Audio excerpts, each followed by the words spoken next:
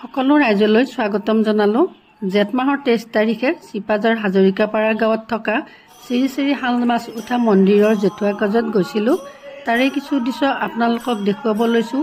প্ৰতি বছৰে জেঠ মাহত এই মন্দিৰটোত উলহ মালহেৰে জেঠুৱা কাজ উদযাপন কৰা হয়। জেঠুৱা কাজৰ প্ৰথমৰ দিনাই ভক্তসকলে মন্দিৰৰ প্ৰাংগণত ফুটা জ্বলায়।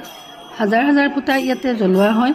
ফুটা বনোৱা পদ্ধতিটো আপোনালোকক অলপমান হ'লেও দেখুৱাই দিছোঁ। মন্দিৰৰ ভিতৰত কি ধুনীয়াকৈ ফুটাবোৰ সজাইছে চাওকচোন, দেখিয়ে মনটো ভৰি গৈছিল। আমাৰ পৰিয়ালৰ ফালৰ পৰাও ফুটা এটা জ্বলোৱা হ'ল। আপোনালোকে কোনে কোনে এই মন্দিৰটোত দৰ্শন কৰি পাইছে জনাবচোন। আৰু যিসকলে গৈ পোৱা নাই মন্দিৰটোত দৰ্শন কৰিব যাব পাৰে। ভক্তৰ ভিৰ চাই নিশ্চয় আপোনালোকে অনুমান কৰিব পাৰিছে মন্দিৰটোৰ জনপ্ৰিয়তাৰ কথা। আজিলৈ আহিছোঁ নতুন এটি ভিডিঅ'ত আকৌ লগ পোৱাৰে।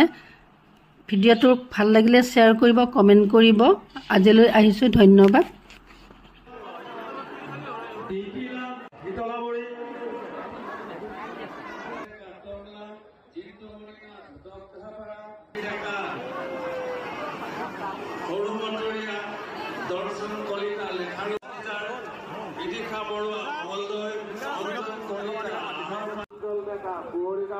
ৰিংকমণি নাথ প্ৰদান কৰিছে আপোনালোকৰ বাবে।